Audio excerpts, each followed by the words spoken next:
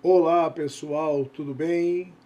Boa noite para quem é de boa noite e bom dia para quem é de bom dia. Hoje eu trago um programa todo especial, um programa que me trouxe muita alegria, pois a pessoa que nos dará um estudo hoje, eu a tenho como um mestre, pois foi um dos primeiros magistas que se destacaram aqui no Brasil, José Roberto Romeiro Abraão, publicou diversos livros, ajudou na elaboração, tradução, até mesmo desvendando diversos livros de, de diversos autores, como por exemplo Franz Bardon, né? Franz Bardon e entre outros, amigo de Raul Seixas, amigo de Paulo Coelho, um homem que fez realmente a diferença na magia e faz ainda hoje. Eu me refiro que ele fez uma grande diferença, teve um significado muito relevante dentro da magia, em uma época que era se proibido falar de magia. As pessoas eram muito perseguidas mesmo. Mas José Roberto Romeiro Abraão lançou um livro sobre um curso de magia. O prefácio desse livro foi feito pela cantora Rita Lee. Depois ele escreveu também um livro muito bom que eu recomendo a todos vocês, que é o livro Quarto Segredo, ou O Quarto Segredo. Muito bom este livro, que eu recomendo a todos vocês. Se eu fosse falar aqui sobre todas as qualidades, os atributos, os estudos, as formações de J.R.R. Abraão, nós gastaríamos aqui talvez um dia todo. Então eu prefiro deixar com que ele fale, pois nós vamos abordar hoje, segundo meu pedido, eu fiz um pedido a ele e ele prontamente, educadamente, com todo carinho, ele se prontificou a fazer este vídeo para o nosso canal. Então, primeiramente, eu quero agradecer você, meu querido irmão. Quero te dizer que você é uma inspiração para a minha vida. Você é uma pessoa que me inspira. Você é uma pessoa que me ensinou nos meus primeiros passos. E o Brasil tem uma memória muito pequena. O Brasil esquece-se rapidamente de todos aqueles que vieram antes dos novos magistas. E os novos magistas se consideram superiores aos antigos magistas. Mas quantos livros você, meu amigo, já leu, estudou, cursou em todas as línguas, diversas línguas, e isso trouxe para você uma sabedoria como poucos visto por aí. Você é um homem sábio, inteligente, fez o curso de magia que foi um sucesso e é um sucesso até hoje, possui as suas crenças, as suas vertentes religiosas que nós respeitamos, pois você é sinônimo de gentileza, educação, sabedoria e conhecimento. Você que está ouvindo o canal do Mago, você vai admirar-se com a educação deste homem, o trato com que este mago trata os assuntos espirituais, o respeito que ele tem para as pessoas que não pensam igual a ele, o respeito que ele tem com todas as vertentes mágicas. Isso mostra um verdadeiro magista, pois o que nós temos visto ultimamente é que se a pessoa não faz parte da sua vertente mágica que você pratica, logo ela ganha o nome de idiota, imbecil, desinformado, alienado.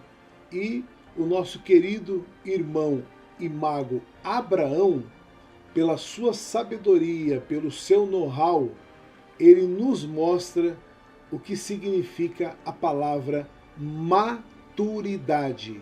Maturidade.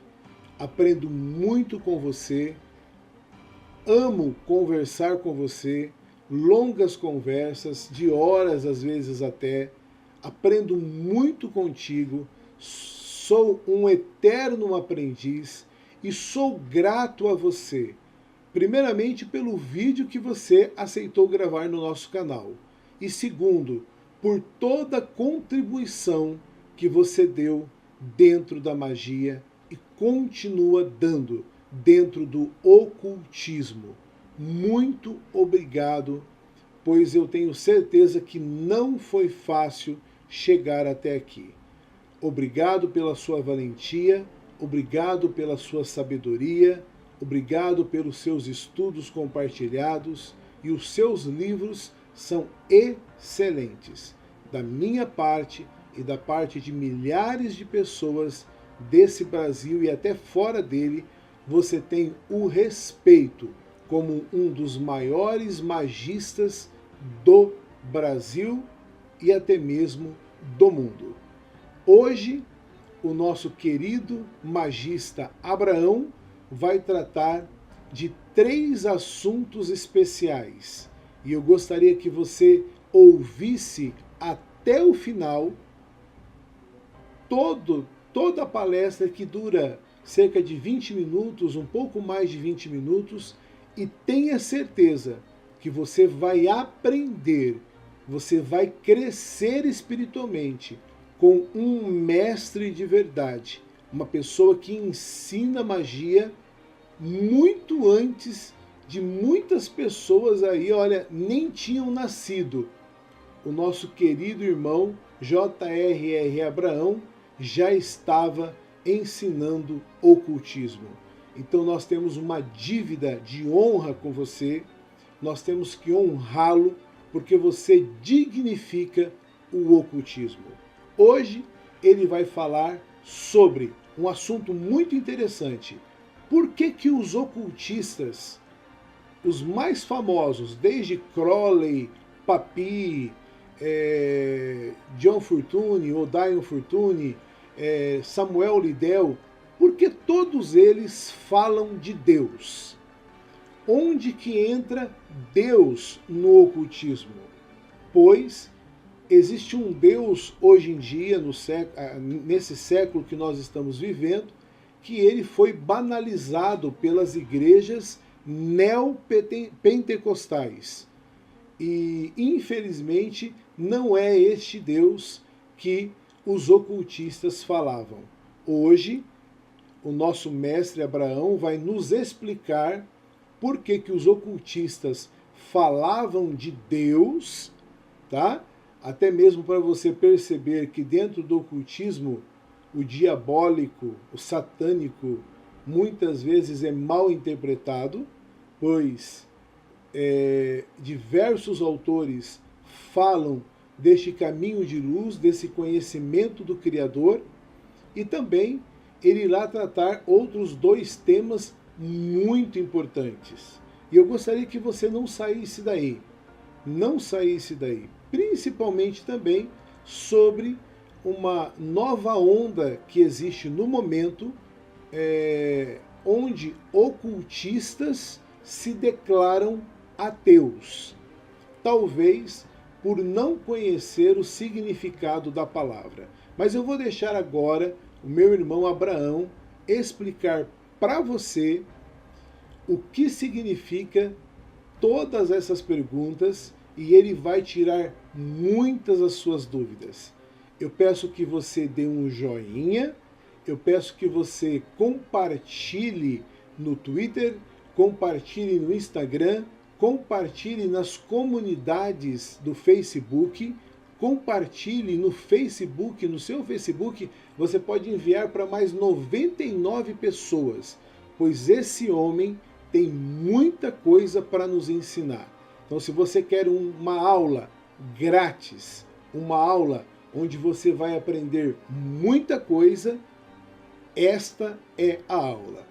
Eu quero passar a palavra agora com muito carinho, com muita consideração e com muita gratidão no coração e admiração para o meu amigo J.R.R. Abraão. A palavra está com você neste programa especial. Um grande abraço, meu amigo, e que você seja muito feliz na sua explanação.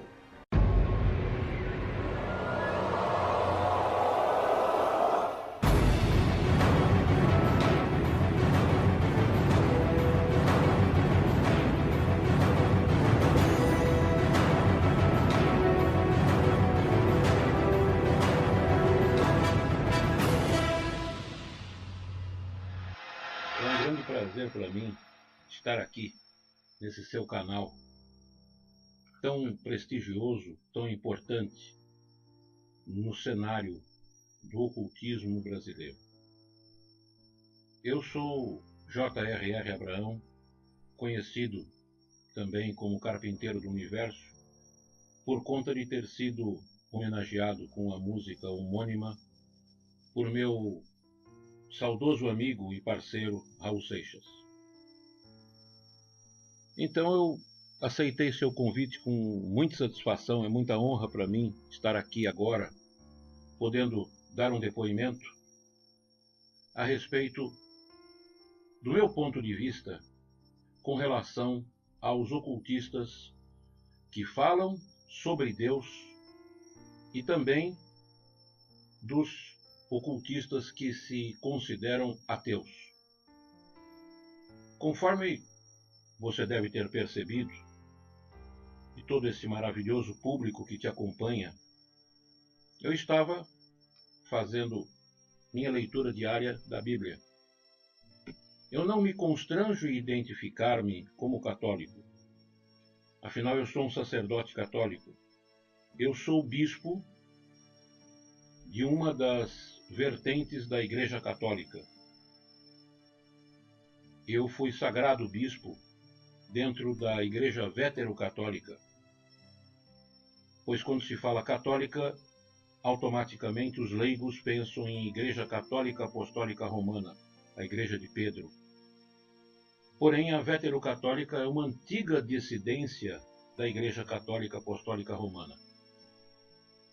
E católicos, na verdade, são muitos. Existem diversas vertentes da Igreja Católica, das quais, do tronco original, saiu a Católica Apostólica Romana, dela a Vétero-Católica, a Anglicana, as ortodoxas saíram desse mesmo tronco esse que não existe mais.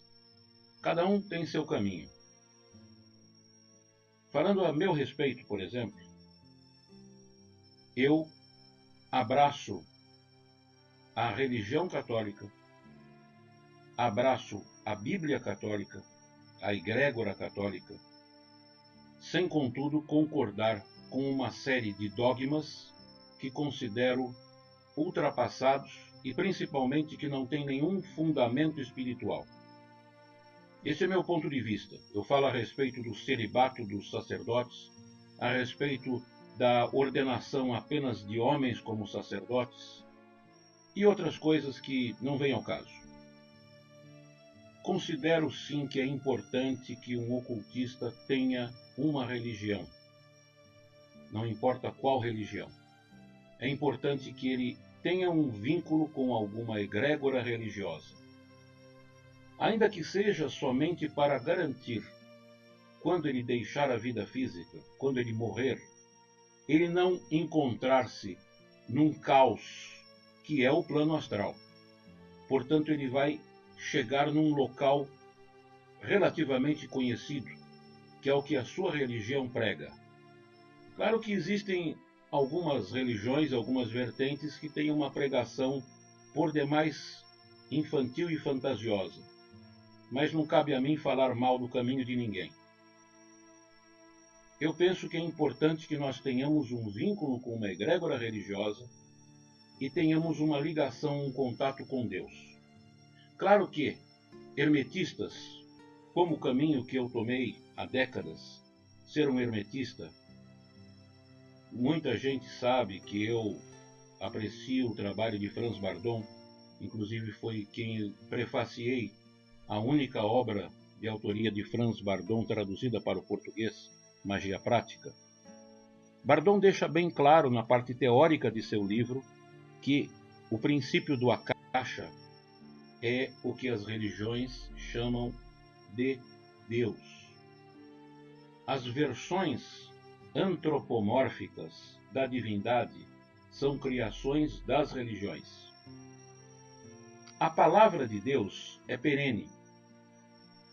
Se alguém perguntar como eu concebo Deus, eu vou dizer sem medo de errar. Para mim, como foi de Albert Einstein, concebo o Deus de Baruch de Spinoza. É diferente do Deus bíblico? Sim. Porém, a Bíblia, a meu ver, não é a palavra de Deus.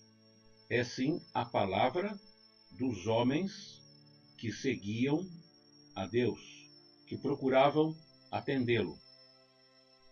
Deus falou, de certa forma, com essas pessoas por meios místicos, e eles colocaram no papel a sua interpretação. Mas o importante é que a Bíblia, no caso da religião católica, no caso do cristianismo como um todo, é o corpo da egrégora católica. Quando eu digo isso, eu quero chamar a atenção para um ponto. Muitas pessoas se dizem católicas e levantam uma série de questões que colocam em jogo, em xeque, a sua fé. Muitas pessoas que estudam o cristianismo histórico, o cristianismo esotérico, o cristianismo arqueológico, colocam em xeque as afirmações bíblicas. Eu sou um estudioso dessas áreas, mas isso não me impede de, durante um ritual, quando eu celebro uma missa, pois celebro missas, estar naquele momento conectado com a egrégora. Traduzindo, quando você assiste um filme, uma novela, você não fica pensando, aquele diretor é melhor que esse, ou esse ator é inferior ao galã da outra novela, e outras coisas desse gênero. Na verdade, você simplesmente assiste e penetra, como se fosse verdade aquilo. Então, por que durante um ritual, como uma missa, você não pode fazer isso igual? O benefício será só seu. Você naquele momento não está servindo a Deus. Servir a Deus não é você usar um crucifixo que nem esse, usar um anel clérico como esse. Não é rezar para Deus, você está se beneficiando. Quando eu uso um crucifixo como esse, que é réplica do crucifixo que o Papa Francisco utiliza, eu estou me conectando com a egrégora. Eu estou absorvendo a energia dela, a proteção dela. Para servir a Deus, você não tem que ficar rezando para Deus. Deus não precisa que alguém fique se curvando e rezando a Ele. Deus precisa que nós servamos a sua criação. Então, se você quer servir a Deus, sirva aos seus semelhantes. Sirva, cuide das outras criações de Deus, dos animais, da natureza. Se você ajuda a manter limpa, livre de poluição, uma pracinha na frente da sua casa, você está louvando a Deus. E quando você reza, quando você utiliza um símbolo religioso, quando você, como eu faço, eu rezo o terço todos os dias. Quando você faz isso, você está se beneficiando, se fortalecendo. E veja que a magia hoje, todo o glamour dela, aquela visão que ela tem de infalibilidade, de poder resolver todos os problemas individuais, quiçá coletivos, vem da fama de antigos magos. Quando eu digo antigos, eu remonto a Rei Davi, Rei Salomão, mais modernamente Abramelin, bem mais modernamente Eliphas Levi, Papis. Esses homens, antes de magos, eram religiosos. Eles não se constrangiam em rezar, em se curvar à divindade. Isso é tudo um ritual que faz com que você saia beneficiado. Eu digo que nós devemos temer a Deus, não na visão que alguns religiosos imaginam que Deus é um monstro moral, como em alguns trechos de diversos livros sagrados, inclusive da Bíblia, que mostra que Deus é vingativo, Deus exigia sacrifícios para botar as pessoas à prova. Isso é tudo imaginação do ser humano, que gosta de sentir quanto de autoridade pode exercer sobre seu próximo. Na realidade, essas práticas eram coisas criadas pelos homens. Jesus Cristo, que era um sacerdote, era um rabino, que criou uma nova seita, não morreu pelos nossos pecados. Essa é uma balela que se repete. Morreu pelos nossos pecados, morreu pelos nossos pecados. Mas como que é? Explica então. Ele morreu sim, ele foi condenado à morte, pois ele colocou em risco a forma de sobrevivência dos sacerdotes de então, que para conceder a absolvição dos pecados, para celebrar matrimônios, batizados e outras celebrações religiosas, exigiam doações nos templos, em ouro, em prata, em tecidos, em animais, fosse o que fosse. De repente vem Jesus Cristo e diz assim: não precisa doar nada, não tem que pagar.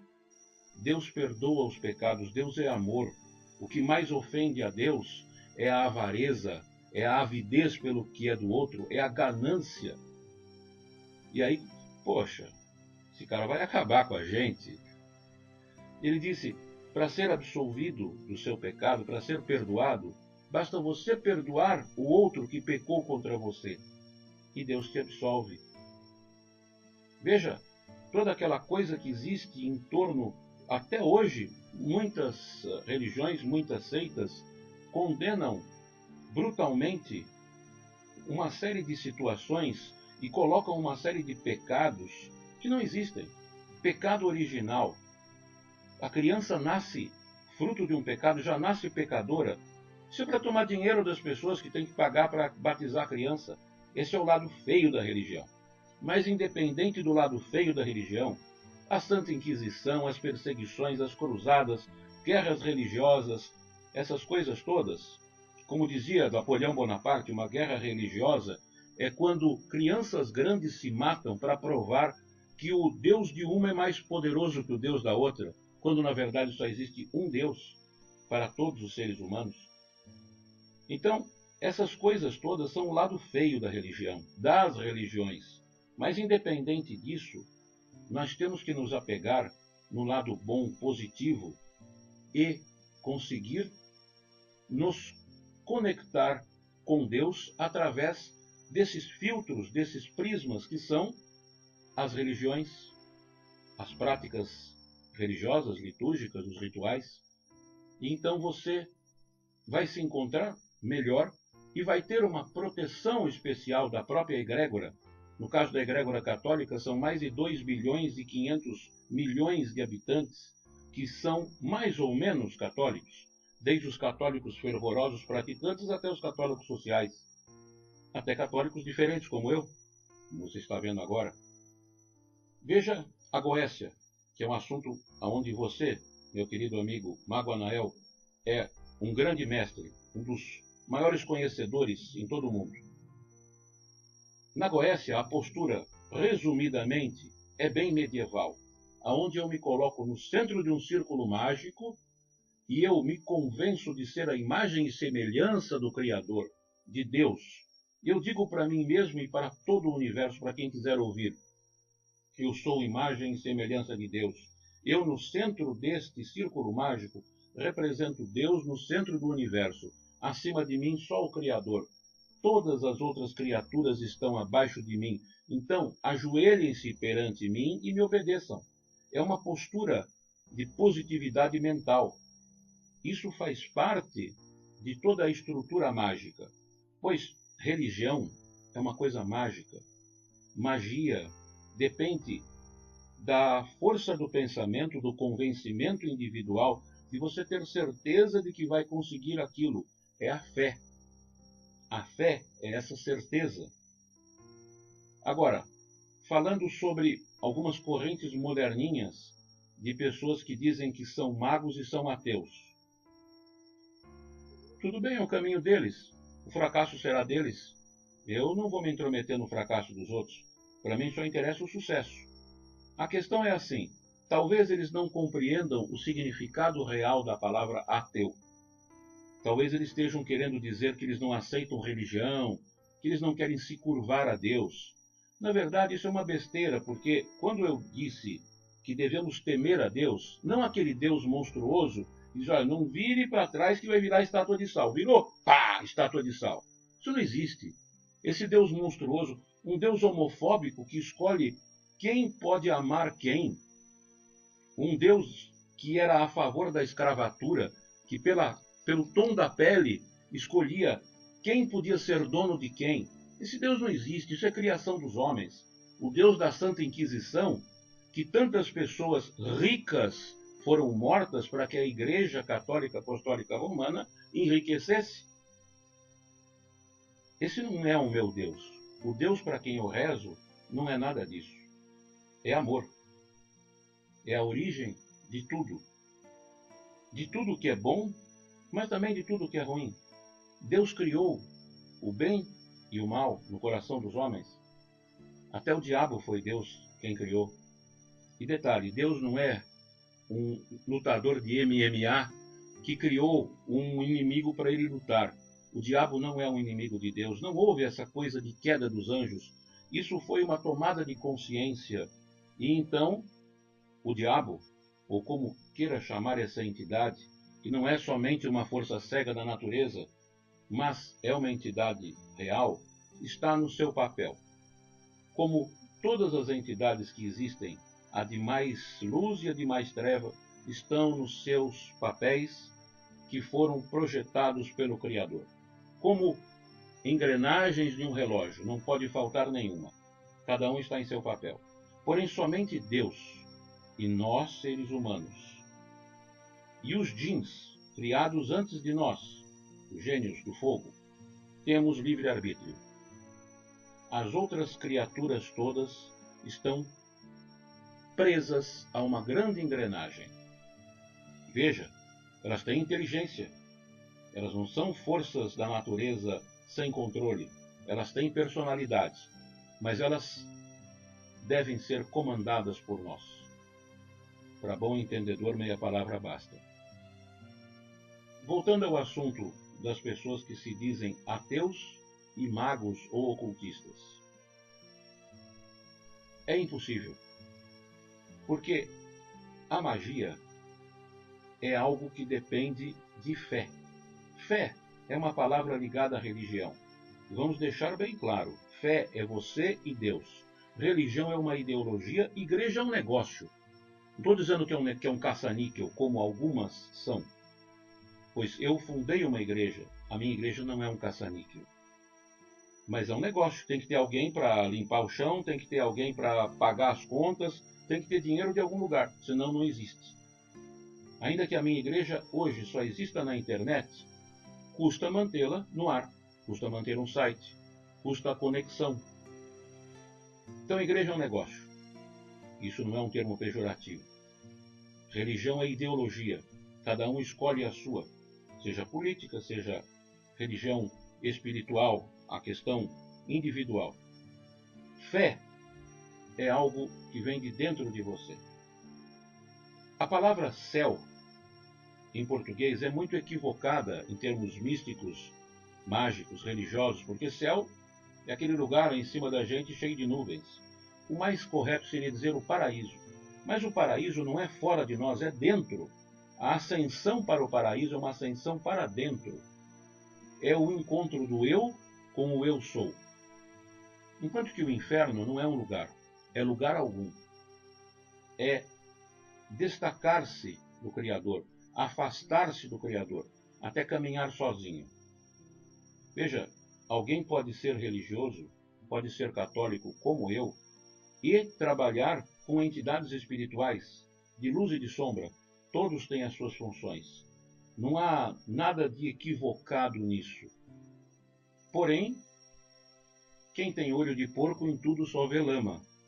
E as pessoas encontram erros nos caminhos dos outros.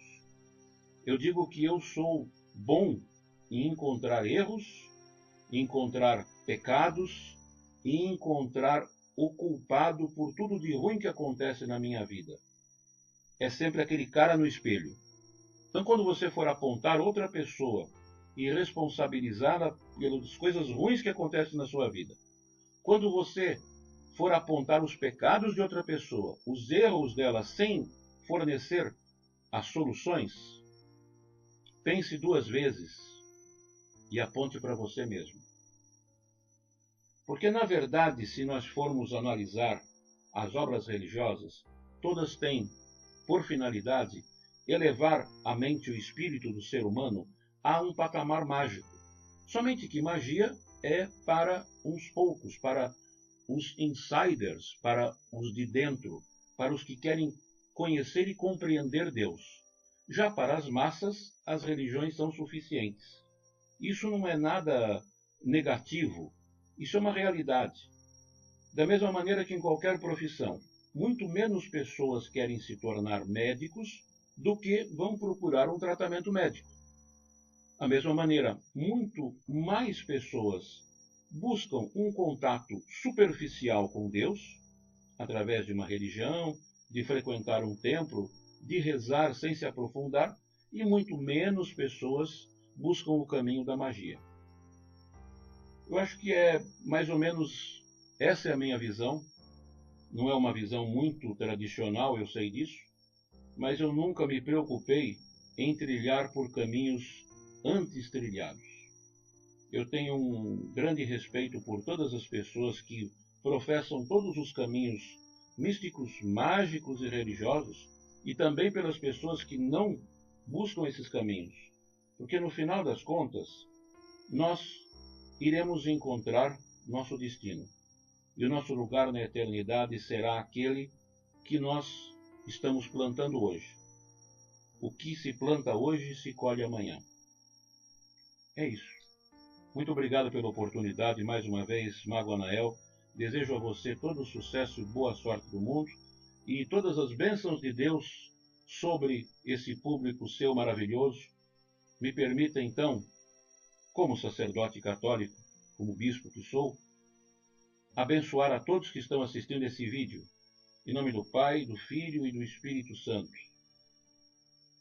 Fiquem todos com Deus.